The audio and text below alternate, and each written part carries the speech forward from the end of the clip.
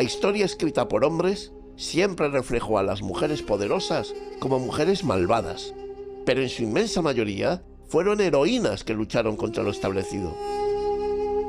Mujeres cuyas acciones, aunque controvertidas, cambiaron el curso de la historia. Heroínas o malvadas. ¿Nos acompañas?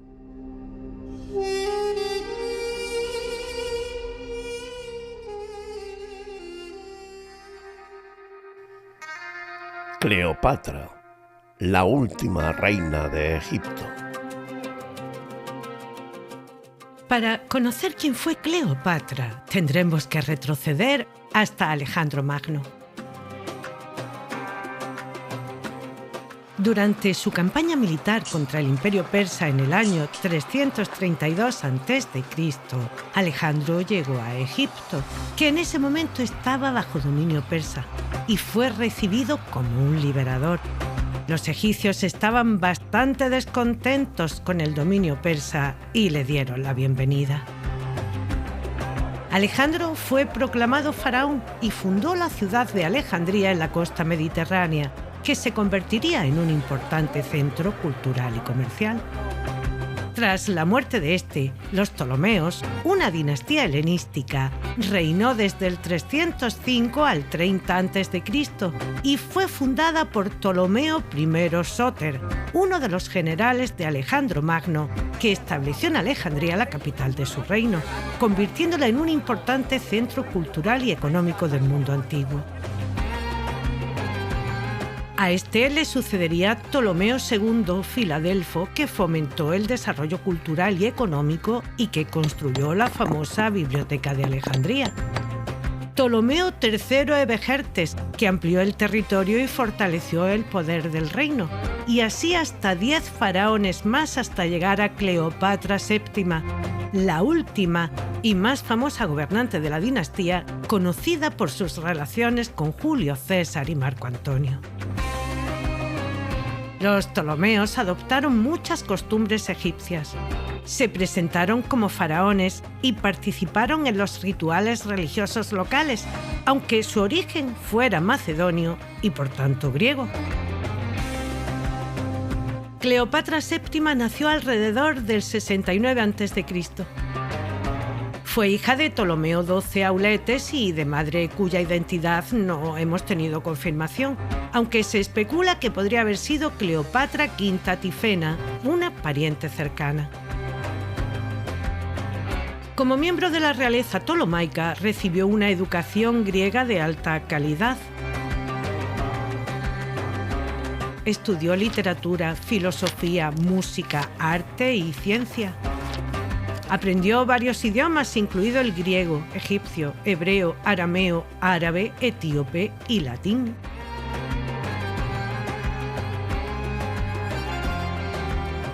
Cleopatra nació en un ambiente de lujo, pero también de inestabilidad, ya que su padre tuvo que enfrentarse a dificultades políticas y económicas.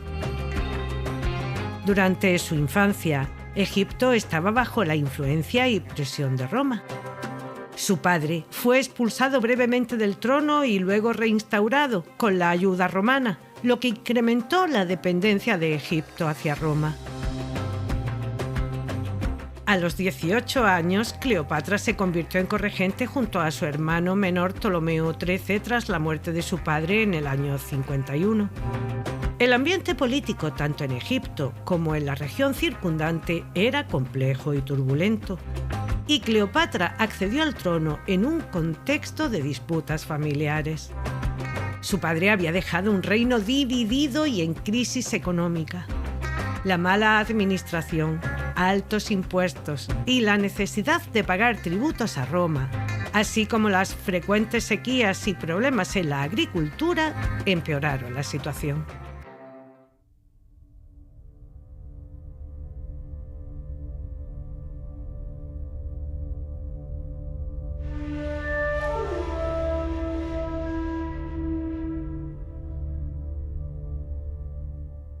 Cleopatra inicialmente gobernó junto a su hermano menor conforme a la tradición ptolomaica, Sin embargo, la relación entre ambos pronto se volvió conflictiva, con facciones dentro del gobierno apoyando a cada uno de los hermanos. Ptolomeo XIII había pagado grandes sumas de dinero a Roma para asegurar su trono y mantener su poder, por lo que Roma ejercía una influencia significativa en los asuntos internos y tenía la capacidad de intervenir directamente en su política. Roma además estaba en plena expansión y consolidación de su poder en el Mediterráneo. Las guerras civiles romanas también influirían en la política exterior de Roma y, por extensión, en Egipto. Cleopatra, desde el principio, demostró ser una gobernante astuta y ambiciosa, capaz de manejar las complejidades políticas y militares de su tiempo. Julio César y Pompeyo estaban en conflicto y este último buscó refugio en Egipto tras su derrota en la batalla de Farsalia, lo que llevó a la intervención directa romana en los asuntos egipcios. El país se enfrentaba a las amenazas de sus vecinos y otros estados helenísticos, aunque su principal amenaza era la creciente influencia de Roma. La situación en Siria y el cercano Oriente era inestable, lo que añadía presión para mantener una política exterior fuerte y estable. Dentro de la corte había facciones que apoyaban la influencia romana y otras que se oponían, lo que generaba divisiones y conflictos internos añadidos. Poco después de acceder al trono, Cleopatra fue depuesta y tuvo que huir a Siria. Regresó con un ejército para reclamar su trono y consiguió aliarse con Julio César, quien llegó a Egipto en busca de Pompeyo y decidió intervenir en el conflicto entre Cleopatra y su hermano Ptolomeo XIII.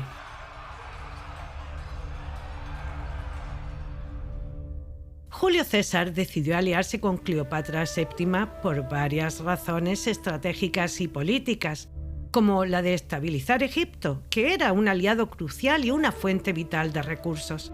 Además, Pompeyo, tras ser derrotado, también habría huido al país donde fue asesinado. César llegó poco después y al enterarse de su muerte, se vio envuelto en la política egipcia. Apoyar a Cleopatra le proporcionó una excusa para permanecer allí y ejercer su influencia. Egipto era una región rica y estratégicamente ubicada que controlaba importantes rutas comerciales en el Mediterráneo y hacia el interior de África y Asia, por lo que esta alianza le podía garantizar el control y el acceso a estos recursos. A todas estas circunstancias se sumaba que el padre de Cleopatra había acumulado una considerable deuda con Roma. César podría asegurarse de que Cleopatra pagara estas deudas y al mismo tiempo obtener recursos adicionales para financiar sus campañas militares y políticas en Roma, así como el suministro constante de grano, lo que era crucial para mantener la estabilidad y el apoyo popular en la capital romana. Esta alianza no solo permitió a Cleopatra recuperar el trono, sino también consolidar su poder. Según el relato más famoso proporcionado por Plutarco, Cleopatra se hizo introducir en los aposentos de César envuelta en una alfombra o saco de lino, del que salió tras ser desenrollado. Ella era una mujer carismática y políticamente astuta. Tenía un conocimiento profundo de la política y la cultura egipcia, lo que la hacía una aliada mucho más legítima y estable que su hermano, especialmente después de que César se diera cuenta de las limitaciones de este y las hostilidades que mantenía hacia Roma. La relación entre César y Cleopatra fue tanto romántica como política. Cleopatra necesitaba el apoyo militar y político para recuperar su trono y asegurarse su poder en Egipto, mientras que César veía en Cleopatra una aliada estratégica para consolidar la influencia romana en la región y asegurarse los suministros. Su capacidad para negociar y su inteligencia cautivaron a César, surgiendo entre ambos una relación amorosa.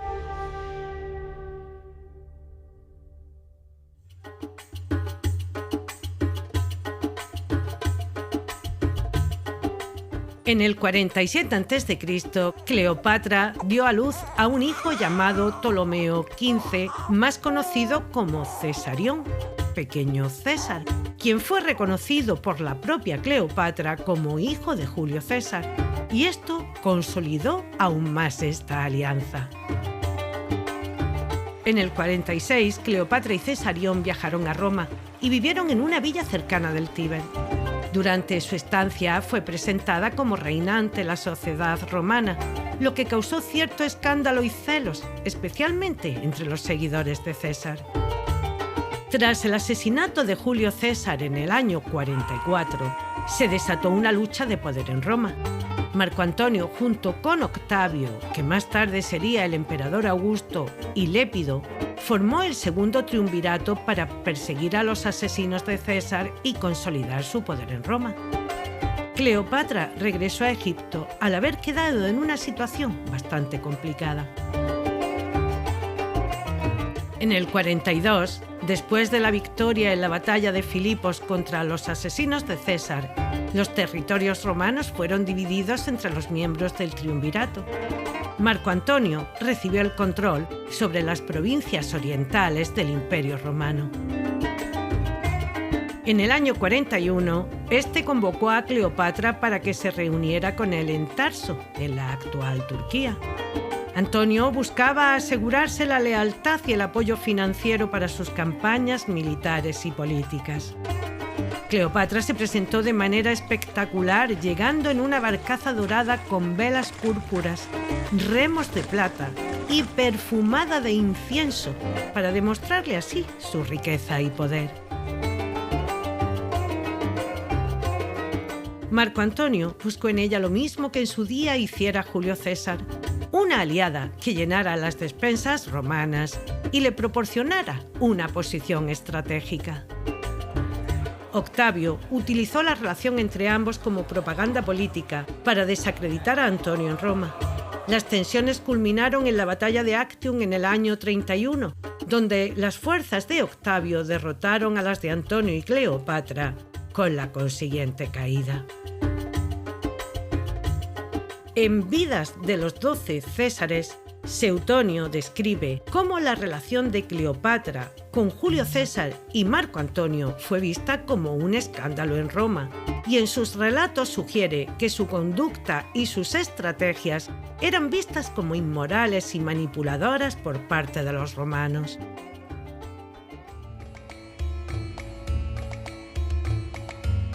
La percepción de Cleopatra como una mujer que utilizó las relaciones amorosas para avanzar en sus ambiciones políticas han influido en su retrato como una figura moralmente ambigua, pero más allá de esas interpretaciones de mujer sibilina y malvada, lo que podemos ver es a una mujer magnética y poderosa que no solo usó su inteligencia y ambición para influir en la política, sino también sus habilidades para atraer la atención y el interés de aquellos que andaban a su alrededor. Plutarco menciona que Cleopatra tenía una presencia cautivadora y una habilidad para hablar varios idiomas, lo que le permitió comunicarse directamente con diversas autoridades y audiencias, sin intermediarios de ninguna clase. Las investigaciones llevadas a cabo por arqueólogos y científicos revelan que no fue tan tremendamente bella como a lo largo de los años nos han hecho ver, para así afianzar el hecho de que, usando sus armas de mujer, embaucara y manejara a Julio César y más tarde a Marco Antonio. Las monedas acuñadas durante el reinado de Cleopatra representan una imagen menos idealizada y más realista. En estas representaciones, Cleopatra a menudo aparece con rasgos faciales fuertes, como una nariz prominente y una mandíbula marcada. Os propongo un juego. Reescribamos la historia. Supongamos que fueran ellos los que recurrieran a nuestra protagonista buscando sus favores. ¿Qué se hubiera dicho de ellos? Pues posiblemente este fuera el relato. Hombres inteligentes que supieron buscar las alianzas adecuadas para conseguir sus propósitos. La documentación contemporánea y las inscripciones muestran que Cleopatra era una figura respetada y temida tanto en Egipto como en Roma. Es hora de hacer justicia a Cleopatra, última de su dinastía, última faraona de Egipto, capaz de realizar múltiples sacrificios y de enfrentarse a la todopoderosa Roma, con la suficiente inteligencia como para ponerla a su merced, y que conforme a la época, antes de doblegarse, antes de perder su honor, decidió poner fin a sus días. Cleopatra, toda una heroína.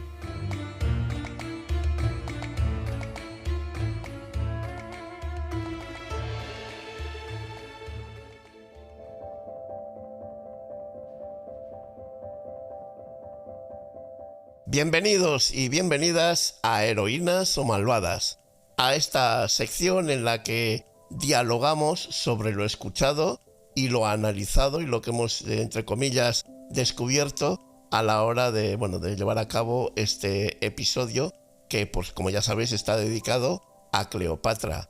Bienvenida, Toñi, ¿cómo estás? Muy buenas, Iñaki, muy buenas, queridos y queridas escuchantes y escuchantas.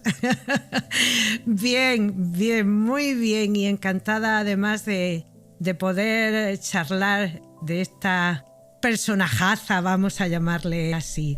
Pedazo personaje, ¿eh? Sí, porque Cleopatra fue una mujer adelantada a su tiempo en muchos aspectos que ahora poquito a poco iremos desgranando. Sí, la verdad es que sí. Bueno, como tú dices, ya iremos desgranando, pero es que este personaje en concreto, yo creo que, la literatura y el cine se mezclan en toda esta historia, porque yo creo que el personaje histórico va por un lado y lo que nos han vendido va por otro. Porque esas películas y esa literatura que ha versado en torno a Cleopatra no siempre ha sido objetiva. Siempre yo creo que han ido de la mano del espectáculo, del business, del negocio y de aquella imagen a la que todos estamos ya hechos a ver a Cleopatra como una mujer espectacular, una mujer que ha utilizado sus malas artes para conseguir lo que quiere. Y nunca se ha hablado ni de su inteligencia o de su carisma o de sus habilidades para poder moverse en un mundo de hombres. Totalmente. A mí Cleopatra es de esas figuras históricas que desde muy niña me llamó mucho la atención. Es totalmente cierto lo que tú dices, que en el cine pues nos pintan solo y exclusivamente a una mujer muy bella. De hecho, pues cogen quizá la que en ese momento era la actriz más atractiva del momento, con mucha diferencia. Una mujer muy atractiva, muy carismática, con mucha presencia en la pantalla. Pues nos la pintan eso, como una mujer cortita y que va buscando a través de la seducción el fortalecerse y establecerse. Sí, fíjate, nos la venden siempre como si ella estuviera situada en un lugar que no le corresponde. Que ha llegado ahí porque, porque tiene sus habilidades, pero está en un lugar que no le corresponde. Yo la primera vez que la vi era muy pequeña. Claro, a mí me pilló aquella época en que todas estas películas, pues Cleopatra, Ben-Hur, todas estas que además, llegando los tiempos de Navidad o de la Semana Santa, nos las ponían 800 millones de veces pares, y a mi madre le gustaban y a mí también, todo hay que decirlo, y me las tragaba. Claro, en aquella época pues no tienes capacidad de analizar, solo te quedas pues eso, con la aventura, con la historia. Pero claro, conforme van pasando los años y empiezas a darle vueltas a la cabeza y empiezas a leer, evidentemente, y a ver qué hay detrás de este personaje.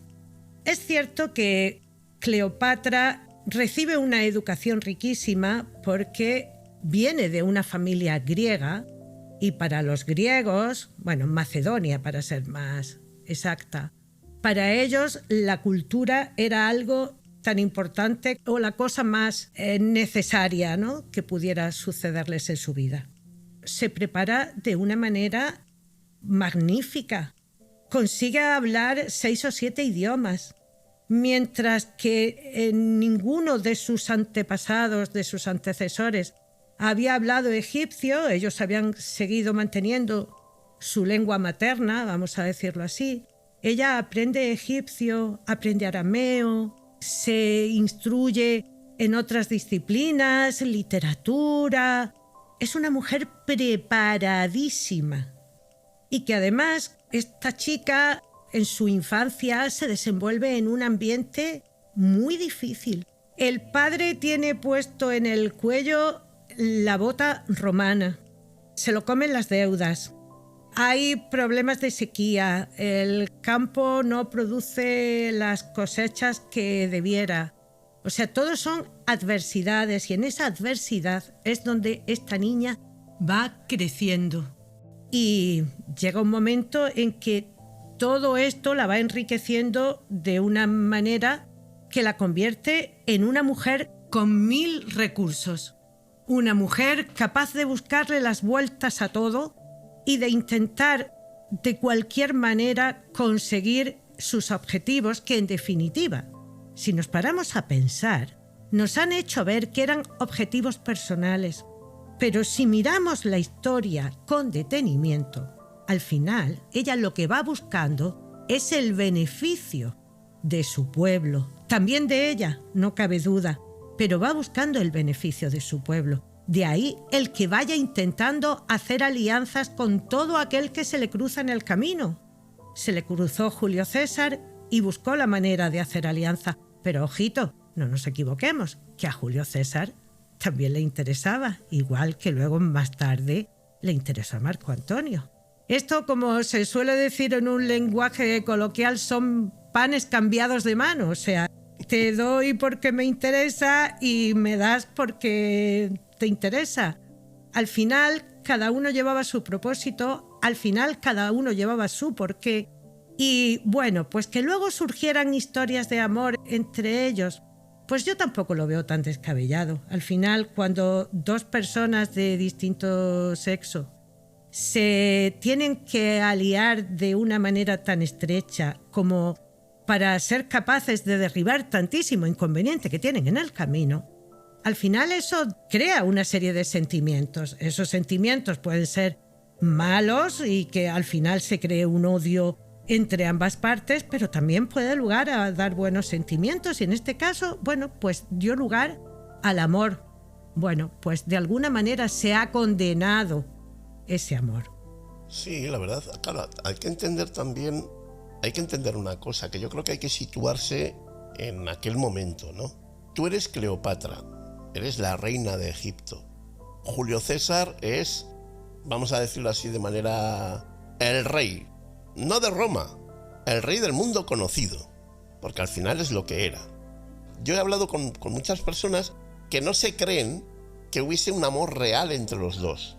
Es decir, a Julio César le dan el papel del hombre maduro, por no llamarle viejo, que se quiere llevar por delante a una mujer joven, y entonces, pues bueno, cae rendido.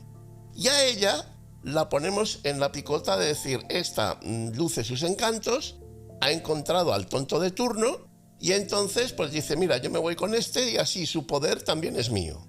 Esa es una manera de verlo.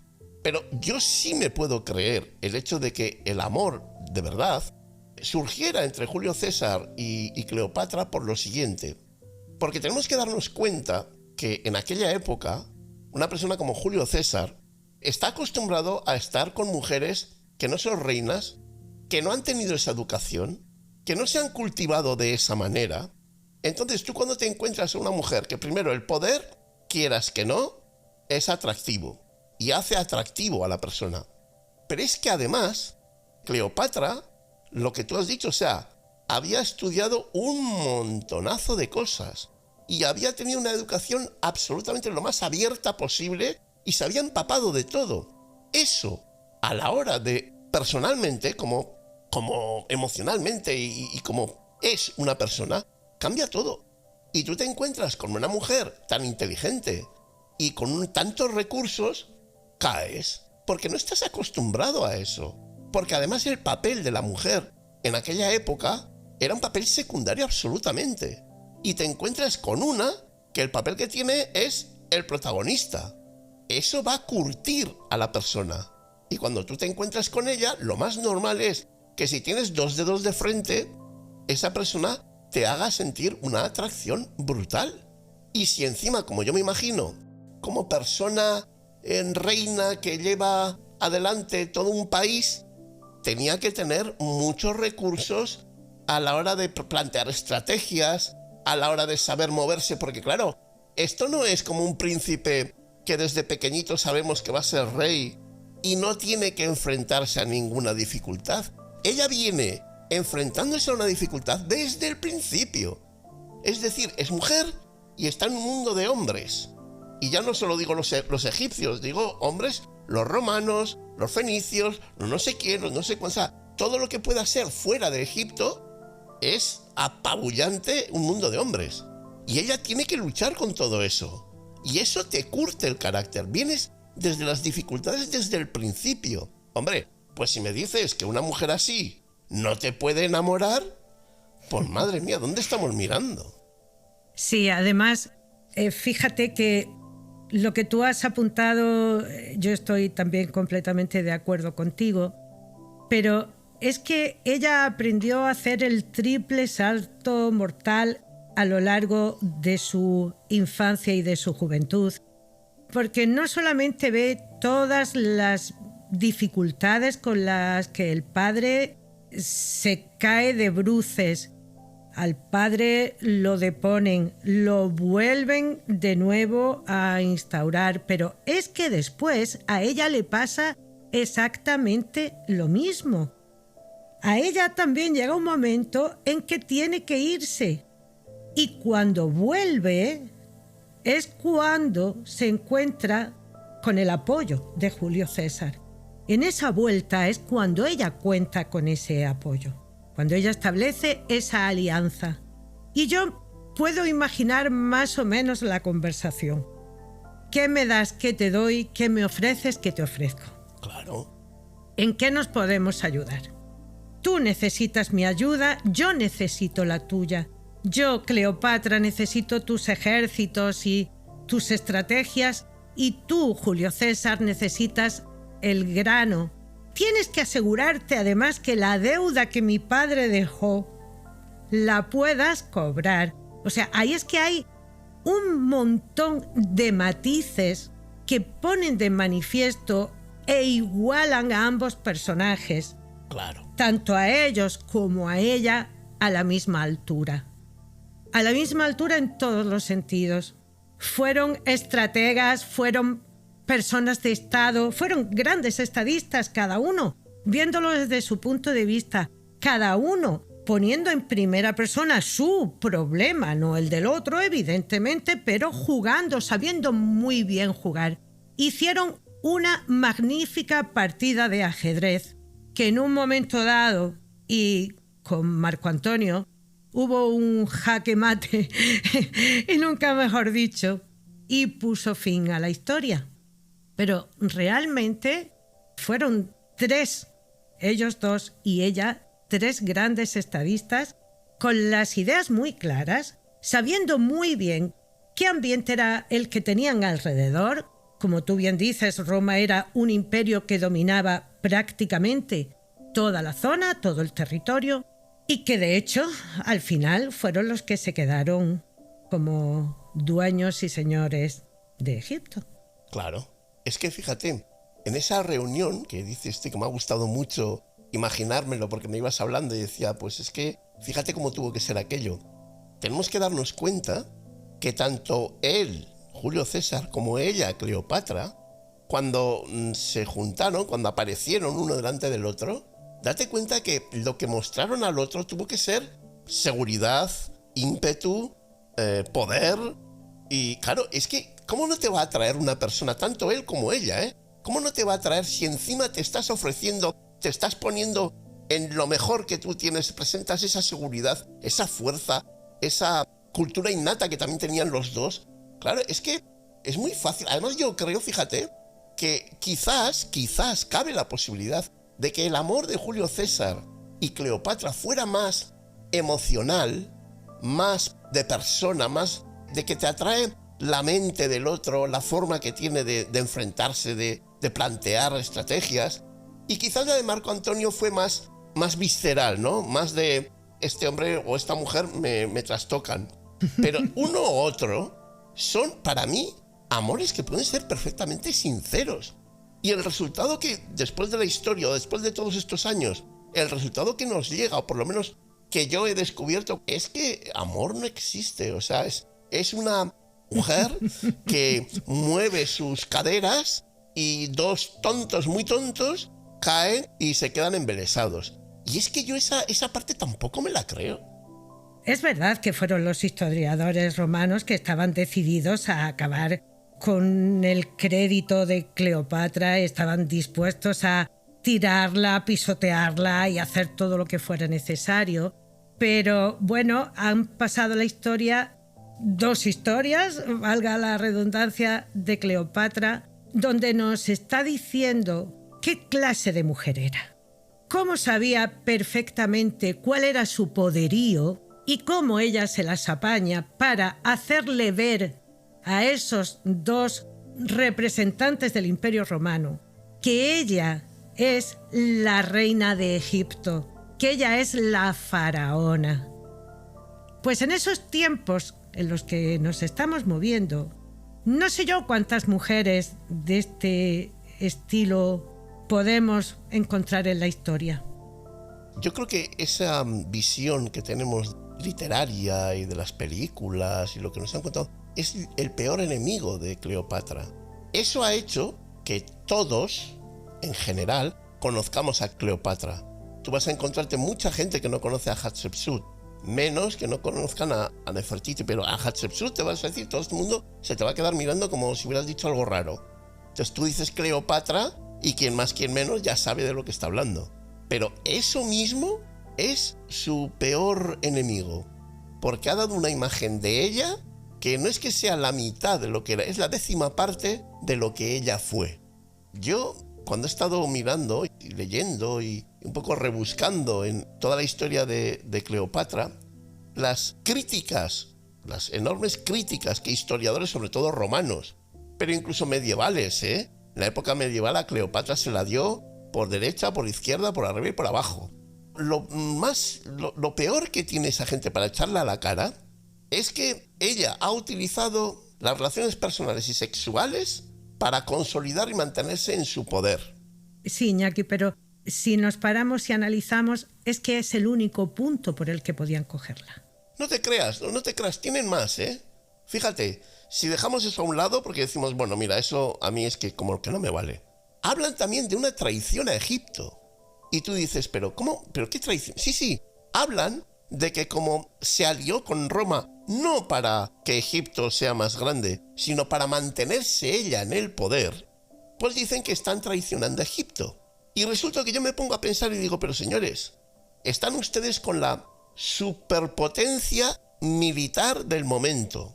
¿Qué traición a Egipto ni qué narices? Lo que hizo Cleopatra fue salvar a Egipto de una conquista segura, absoluta. Cuando desapareció Cleopatra, ¿qué ocurrió? Pues que se quedaron con Egipto. Totalmente. Se lo quedaron. Todo el mundo le achaca que en los conflictos bélicos de verdad no dio el nivel. Pero digo, pero vamos a ver. Si coge a Egipto y se alía con Roma, le estás achacando que se ha aliado y que entonces estás traicionando a Egipto.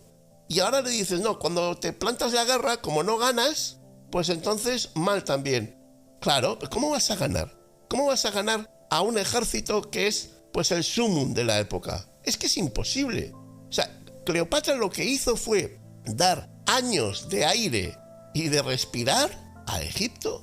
Y además muy bien dado, porque encima eran aliados y eran respetados. Sí. Cosa que es muy complicada, porque aliados hay muchos. Pero luego ya sabes lo que pasa. Primero somos aliados y una vez que ya eres aliada mía y tengo lo que quiero, entonces hago lo que me da la gana y arraso. Sí. Ahí no se arrasó. Totalmente. Sí, ella consiguió una alianza, no un yugo para Egipto. ¿Qué es lo que hubiera pasado? En definitiva, fue lo que le pasó al pueblo de Israel, al pueblo palestino. Al final, Roma, pues les daba así como una pseudo libertad, pero en definitiva, Roma estaba detrás y crucificaba gente, y Roma quitaba y ponía a quien le daba la gana, decidía quién estaba en el Sanedrín, y Roma lo decidía absolutamente todo. Porque no era un aliado, colonizaron la zona. En el caso de Egipto no fue el caso hasta que Cleopatra muere.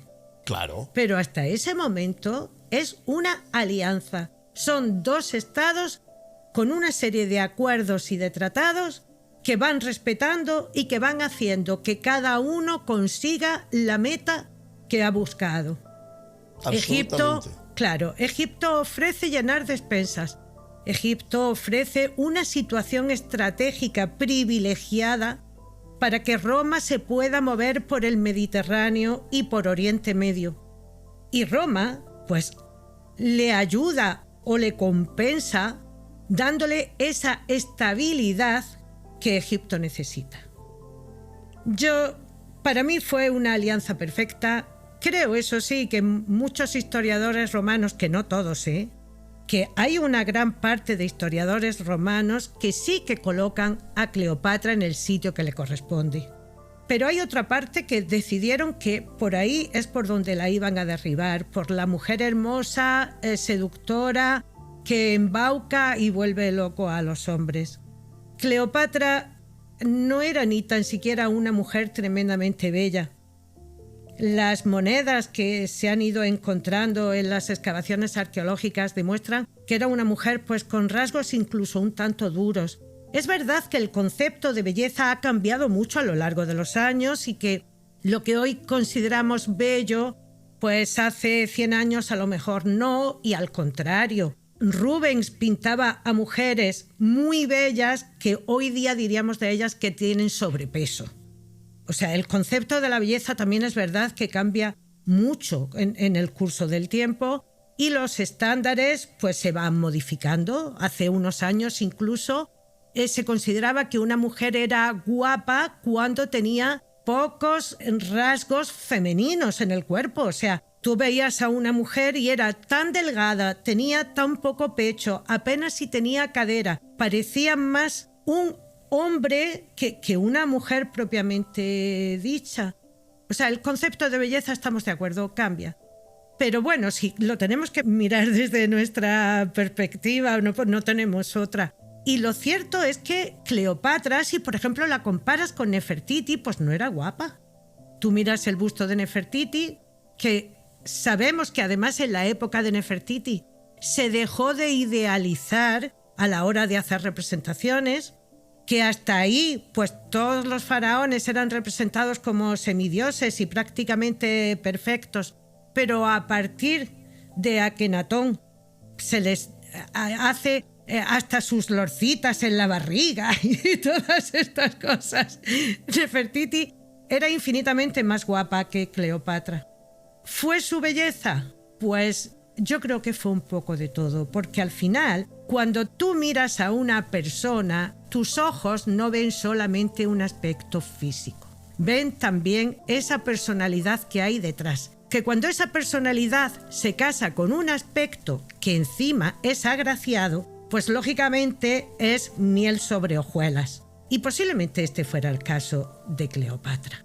De todas maneras, para mí, Cleopatra es la heroína por excelencia, porque además pone fin a su vida en el momento que sabe que está perdida, que no quiere que Roma aplaste su bota contra su cabeza, y antes de que llegue ese momento es ella la que dice hasta aquí.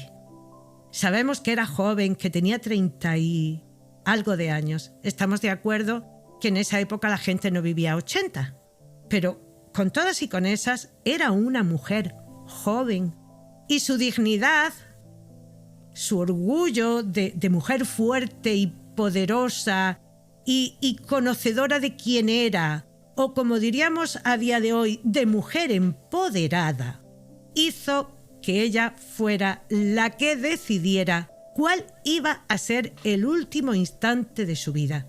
No estaba dispuesta a que fuera Roma quien dijera: hoy es tu último instante. Yo, para mí, todos mis respetos hacia esta mujer, de la que creo que además se pueden aprender muchas cosas estudiando cuál fue su historia, cómo supo manejarse en un momento tan difícil, en ambientes tan complicados, donde su propio hermano era su mayor enemigo y rival, una mujer que solo tenía incendios a su alrededor y que supo ir apagándolo y buscando quien le ayudara para apagar esos incendios. Pues para mí esta mujer solo se merece un grandísimo aplauso, Iñaki. Sí, totalmente. Esa mujer, para preparar ese final, para decidir que aquí terminaba y a ella nadie le iba a poner un grillete encima, sea físico o emocional, le daba igual. Ella llega y decide: hasta aquí llego. Y luego me vas a decir tú a mí que esa mujer no era una mujer atractiva, una mujer que te puede hacer perder la cabeza. Yo siempre digo que la belleza es muy física, porque estamos muy preparados para entender o para sentirnos atraídos por la belleza física, pero la belleza mental, la belleza de alma de uno que lleva dentro, esa es inigualable. Siempre vas a encontrar una mujer o un hombre con un físico mejor, con unas actitudes más poderosas, pero lo que no puedes encontrar es ese atractivo personal único de cada uno. Eso no lo puedes igualar. Podrás encontrar otras cosas, pero no esa, porque esa pertenecía a Cleopatra. Y bueno, yo estoy contento de esa imagen que me ha quedado de Cleopatra, y espero que a todos y todas vosotras os haya quedado una buena imagen también, y que os haya llegado un poco de toda la fuerza, la intensidad y la pasión que esa mujer le puso a su vida, una vida nada fácil, con muchas dificultades, y que con todo ello supo vivir y supo morir con honor. Iñaki, hagamos un punto y seguido. Tenemos respuestas de nuestros oyentes del capítulo de Eva. ¿Hemos tenido alguna persona que nos haya escuchado y haya decidido compartir con nosotros su punto de vista? Tenemos. Y vamos a darle aire ahora mismo. ¿Qué pasa, hermosos? Primero, enhorabuena por la iniciativa. Es un concepto muy interesante. Es un producto en el sentido de algo producido, algo creado, ¿no? No desde el punto de vista comercial.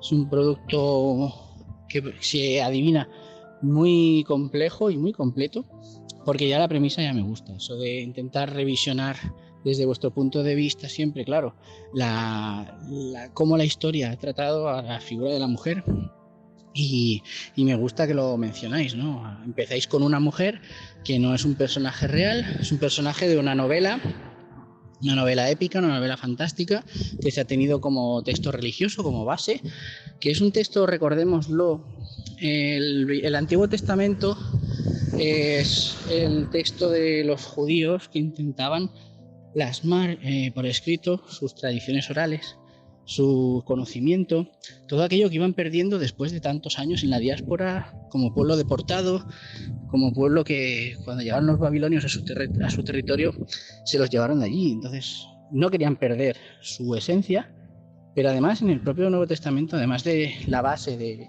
digamos, la religión o la mitología judía, que en realidad pretendía ser un poco un libro épico, una historia, un relato legendario del origen de su pueblo y de cómo eran un pueblo elegido porque lo había elegido Dios, obviamente. Además, ahí añadían relatos de otros pueblos, por ejemplo los babilonios. Y es curioso cómo, no siendo un personaje real que existiera o que se pudiera determinar que existió así Eva, ha sido el epítome de todo lo que significa el mal personificado en la mujer, obviamente. Y hay muchas cosas que comentar aquí, de lo que comentáis Tony e Iñaki, Me gusta, os lo comentaba en otro apartado, cómo Tony ha presentado a Eva como el personaje, como la malvada que se ha pintado siempre que era, e Iñaki ha hecho el relato contrario, ¿no? El destapar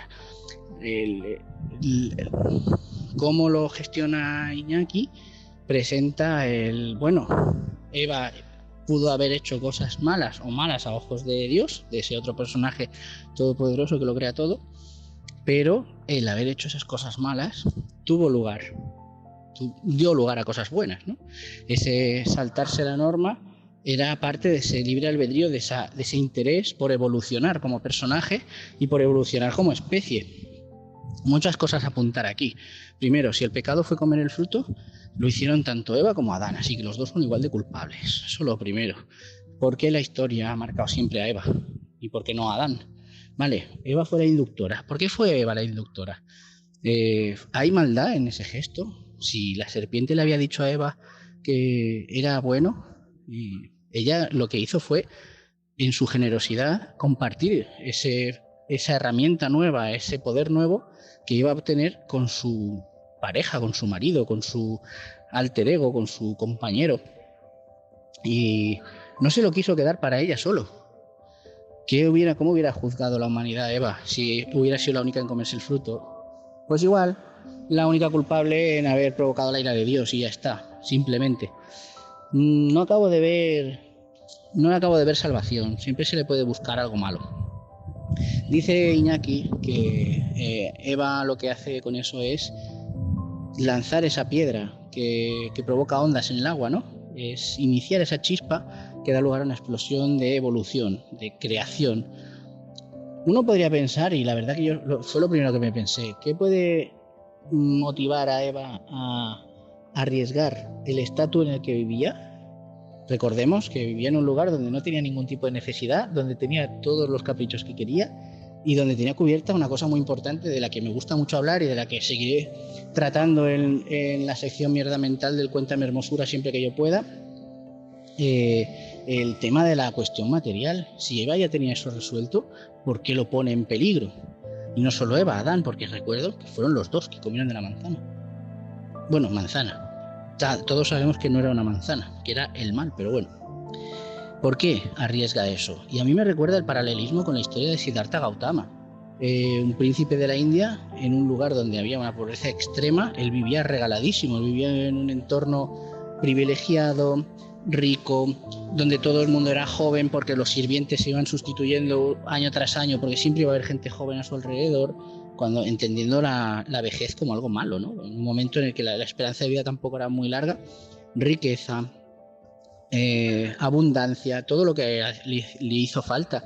Y él que decide salir a la calle, volverse una asceta, meterse a ermitaño y perder ese estatus que tenía para buscar el conocimiento. Con lo cual yo creo que todos tenemos como humanos, y bueno, siguiendo el relato de la Biblia, la culpa de eso es Dios, ¿no? Que nos creó con esa parte de ese programario de da igual donde estés, aunque estés en el mejor de tus entornos, aunque estés en la mejor de tus situaciones, déjalo todo para ir a buscar algo más. Y algo más no siempre va a ser material. Y todos hemos visto a esa gente que le sobra la pasta y que podría estar viviendo de lujo en hoteles, y lo que están es que se van ahí al Himalaya a perder un pie por congelación, ¿no? Así que eso también es un poco culpa de Eva, no, culpa de Dios. Se la creó tanto Eva como Adán, con ese programario, ¿no? Y luego yo también añado una cosa a este relato. Vamos a ver, quienes hemos tenido hijos, perros, gatos y cualquier animal, normalmente mamíferos, pero es que incluso aves que son capaces de aprender, nos hemos dado cuenta o hemos aprendido que no puedes dejar a alguien que no ha adquirido el conocimiento la responsabilidad de decidir sobre sus actos. Tú creas el primer humano y la primera humana, y la primera criatura con la que se cruzan les dice 4 palabras y se lo creen. Pues claro que se lo creen, porque son nuevos, no son ingenuos, todo ha ido bien siempre, nunca les ha pasado nada, han tenido todo al alcance de su mano, porque iban a dudar de que otra criatura también creada por Dios les tiente. No, es que sucumbió a la tentación. Bueno, pero es que tampoco, primero, que la tentación era bastante sencilla. Es simplemente pégale un bocado a esto y tendrás el mismo conocimiento que Dios. Que luego, por cierto, después de haberle dado, ¿dónde está ese conocimiento? Porque me gustaría saberlo. Porque no. Así que por ese lado, también el relato hace aguas. Yo lo que veo ahí es mucha necesidad, mucho sesgo, mucha tendencia o mucha querencia a darle palos a Eva porque fue Eva. Y los griegos hicieron lo mismo con Pandora. Puede ser que algún día acabe saliendo esto aquí. O sea, vale, soy Dios Todopoderoso, creo a dos personajes, primero a uno y luego a otro a través de luego comentamos este tema, y les doy libre albedrío, que hagan lo que les dé la gana, y para una cosa que hacen un día, vale, puedes decir, joder, he perdido la confianza en vosotros, os dije, para una cosa que os pido y habéis pasado de mí, vale, hicieron mal. Pero de verdad, ¿esto tiene que afectar a generaciones y generaciones? ¿Cuántos años tiene el ser humano como especie? ¿500.000 años de evolución? ¿100.000 años de evolución? No tengo ahora los datos. ¿De verdad en algún momento no se te va a pasar la inquina de todo eso? Vale, sí, luego mandó a su hijo, se supone. Pero bueno, ya calma un poco, ¿no? Con lo cual, yo lo que veo es eso, que hiciera lo que hiciera, tanto el uno como el otro, las culpas iban a ser para Eva, las broncas iban a ser para Eva, y Eva iba a ser el epítome, iba a ser la personificación del mal para el resto de la cultura. Y eso, queridos amigos que estáis escuchando esto, no lo causó Dios, esto lo causa el hombre, el ser humano. Luego, otro comentario también, y es que el relato empieza con que Dios creó al hombre y a la mujer. Acto continuo sigue explicando que primero estaba el hombre y que a través del hombre creó a su compañera, que es lo que muy correctamente ha relatado Toñi en este audio, en este primer episodio. Pero hay una cosa más. Esta secuencia de creó al hombre y a la mujer y que luego te explique cómo solo creó al hombre, dejó ahí un hueco, dejó ahí un espacio que hubo gente, hubo relatos también, que permitieron un poco de elucubraciones, un poco de algunas, especulaciones y mucho relato ficción, ¿no? Mucha fantasía. Recordemos que de por sí ya la Biblia es un relato de fantasía. ¿Qué hicieron los judíos cuando estuvieron presos o deportados o expatriados en Babilonia? Copiar muchas de sus leyendas, que a su vez muchas veces habían sido cogidas de sumerios y de acadios, que eran las civilizaciones previas que habían absorbido ellos, ¿no? O de las que se habían nutrido. Y dentro de estas, culturas, estaba la creencia de la existencia de Lilith, que era el demonio de las tormentas, era el demonio que hacía daño a los hijos varones, era esa mujer, era femme fatal, era una mujer que llegaba e inducía, provocaba el adulterio, provocaba que los niños se volvieran, adquirieran ese deseo sexual que les volvía locos, porque claro, los hombres pobrecitos no tenían culpa de nada, son las mujeres las que le provocan todo eso. Y Lilith significa, en acadio significa demonio o algo así, Lilitu, y en la Edad Media, o como se llama la Edad Media, pero bueno, no es un nombre así muy...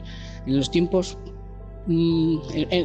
hace varios siglos, hubo cabalistas judíos que se agarraron a ese hueco de que había de Dios creó al hombre y a la mujer, y que luego solo explica que creó a Adán, para explicar que antes de Eva creó a otra mujer, y que esa mujer no quería... El pecado de esa mujer fue no dejarse someter por Adán, no ser su esposa obediente y tener su propio criterio. Entonces no es que fuera mala la mujer, sino que simplemente no le interesaba lo que Adán le ofrecía. Entonces, claro, de momento, ¿qué es lo que decide una mujer cuando está así? Pues dejar su hogar, largarse de ese Edén donde tiene toda la vida resuelta. O cuántas veces no hemos oído esta historia, ¿no? Esta mujer que tiene la vida resuelta, ¿por qué ha dejado a su marido? Pues porque a lo mejor no le interesa, porque a lo mejor no quiere saber nada de este señor, y porque quiere vivir su vida, porque a lo mejor prefiere vivir con menos recursos o sufriendo, padeciendo carencias, que tenerlo todo regalado. Y ¿cuál es el equivalente en el Edén? Pues si tú no estás en el Edén, que te den.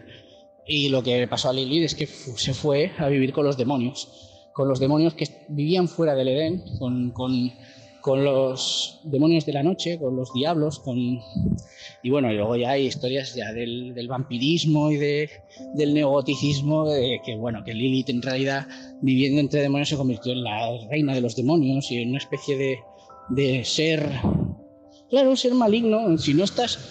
Si tu pecado es, o sea, si tú no estás a favor, si tú no te dejas someter por el hombre, lo que eres es una diabla que te puedes ir por ahí y que eres el ser que crea las pesadillas.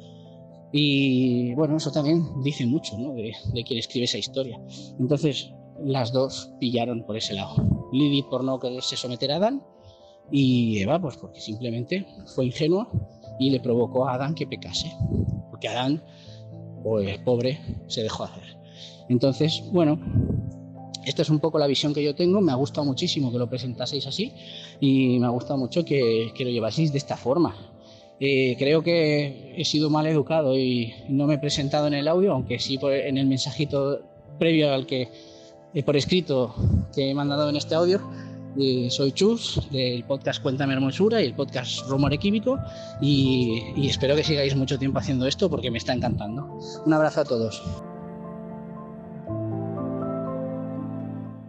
Muchísimas gracias, Chus, por enviarnos este comentario que completa toda la información que nosotros hemos aportado.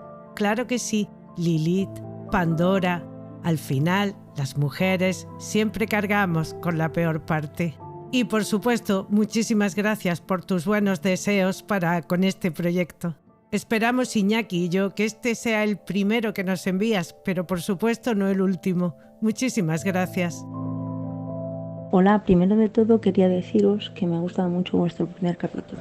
Pienso que dar a conocer la vida de mujeres tachadas de malvadas para que cada uno se forme una opinión sobre lo que hizo dicha mujer y decida cada cual si consideran que el personaje es una mala o buena persona, es una buena idea. Aunque seguramente todos tenemos diferentes definiciones de buena persona o persona buena. Por ejemplo, a mi modo de ver, una persona buena se comporta de manera que no fastidia a los demás y si puede ayudar, lo haga en la medida de sus posibilidades.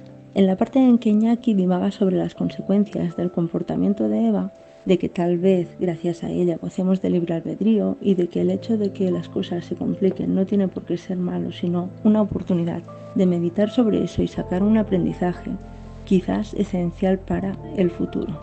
Esa parte creo que está muy bien. Y ya para acabar diré que a mí personalmente no me gusta juzgar a los demás porque creo que para eso se tiene que investigar mucho. Por tanto, no voy a etiquetar a Eva ni de malvada ni de heroína, simplemente de persona que decide sobre la marcha de los incidentes que le van sucediendo de la mejor manera que sabe, en ese momento, como hacemos todos. Y ya si en el futuro piensa que hizo mal, es mejor no lamentarse porque en ese momento era su mejor opción. Muchísimas gracias, Beth. Y nada, esperamos seguir contando contigo y con tu opinión en próximos capítulos. Solamente queda despedirnos. Compartidnos vuestra opinión porque nosotros también aprendemos de lo que vosotros nos compartís. Besitos, chao, nos Abrazo, vemos. Adiós, agur.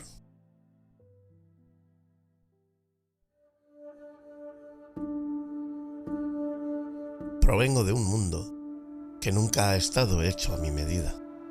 La silla de ruedas, los huesos frágiles e incluso la incapacidad en algunos momentos de mi vida de poder participar en muchas tareas de ocio pudieron marcar y llevar al desastre mi propia existencia.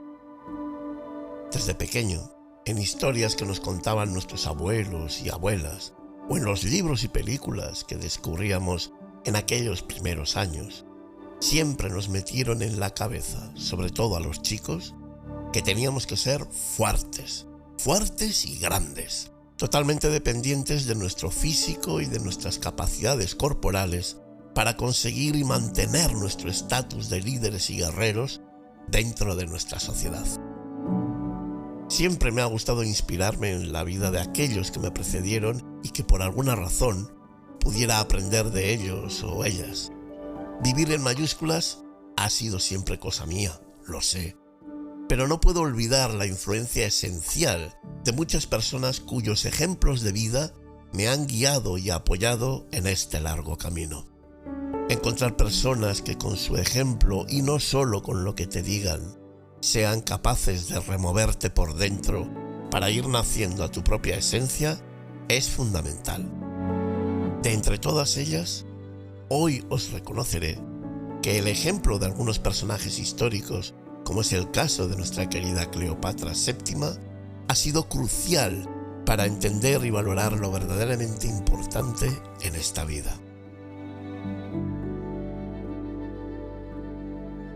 La cultura egipcia, rica y ancestral, ha capturado la imaginación y fascinación de personas de todo el mundo, entre las cuales me encuentro durante milenios.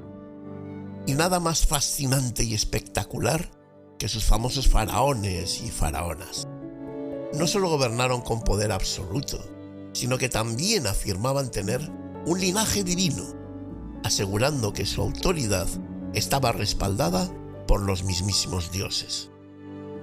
Esta creencia en la divinidad del faraón no solo reforzaba su control político, sino que además también integraba la religión con la vida cotidiana, permitiendo que el faraón se convirtiera en un intermediario esencial entre los dioses y el propio pueblo egipcio. Pero, ¿qué tiene Cleopatra que la hizo tan especial? Su inteligencia. Inteligencia que se manifestó en su capacidad para adaptarse a las circunstancias. Cleopatra simbolizó el poder y la complejidad de la última era del Egipto faraónico. Vivía en un tiempo donde ser hombre, poseer armas poderosas y ejércitos interminables eran la llave para ostentar el verdadero poder.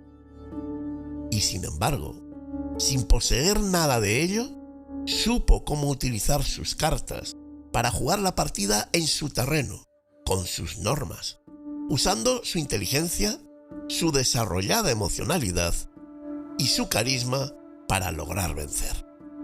Y es ahí, justo en ese punto, donde me ha removido siempre la figura de Cleopatra VII. Su fuerza no estaba basada en el ejército, ni en sus guerreros, ni siquiera en su complexión física, en lo fuerte o alta que fuera, sino que su arma, su valor, aquello que la diferenciaba del resto y que la convertía en única, era su mente, su intuición y su inteligencia. Es un ejemplo insuperable de cómo la astucia, la tenacidad y el carisma pueden desafiar y en ocasiones doblegar incluso las fuerzas más imponentes de la historia. Cleopatra es un enigma que trasciende todo para convertirse en leyenda. Una leyenda que alimentó mi alma en mi infancia y juventud como nunca, y que hoy sigue inspirándome y construyéndome por dentro en este viaje de mi existencia personal. La reflexión final que nos deja Cleopatra es que el poder no siempre reside en la fuerza bruta o en las riquezas materiales. A veces, el verdadero poder se encuentra dentro de nosotros, en la capacidad de influir en las mentes y corazones de quienes nos rodean, en saber cuándo seducir, cuándo atacar o incluso cuándo retirarse. Cleopatra entendió esto a la perfección. Por eso, siglos después, sigue siendo una figura icónica, un símbolo de la inteligencia y la fuerza femenina en un mundo que se resistía a reconocer su lugar. No me digáis que no os parece fascinante la vida de esta mujer que mezcló el poder, la violencia, la belleza, el amor, la opulencia, la inteligencia, la dignidad y hasta un egocentrismo exacerbado que incluso convirtió en perseverancia. Tal fue la calidad humana de esta grande de Egipto.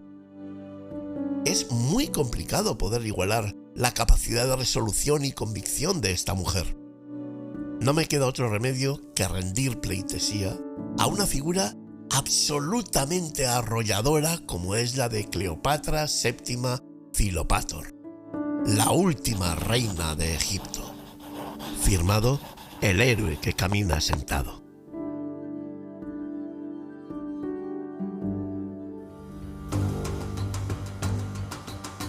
Has escuchado Heroínas o Malvadas, un podcast de Toñi Martínez e Iñaki Urdangarín Iraeta, en el que el primer y tercer martes de cada mes analizaremos la figura de una mujer que dejó su huella en la historia. Mándanos tu opinión en formato audio o texto a través del WhatsApp o el correo electrónico que tienes en las notas del episodio, o déjanos el comentario en el capítulo. Si te ha gustado, no olvides darle a seguir y recomendarnos a tus amistades. Gracias por escucharnos.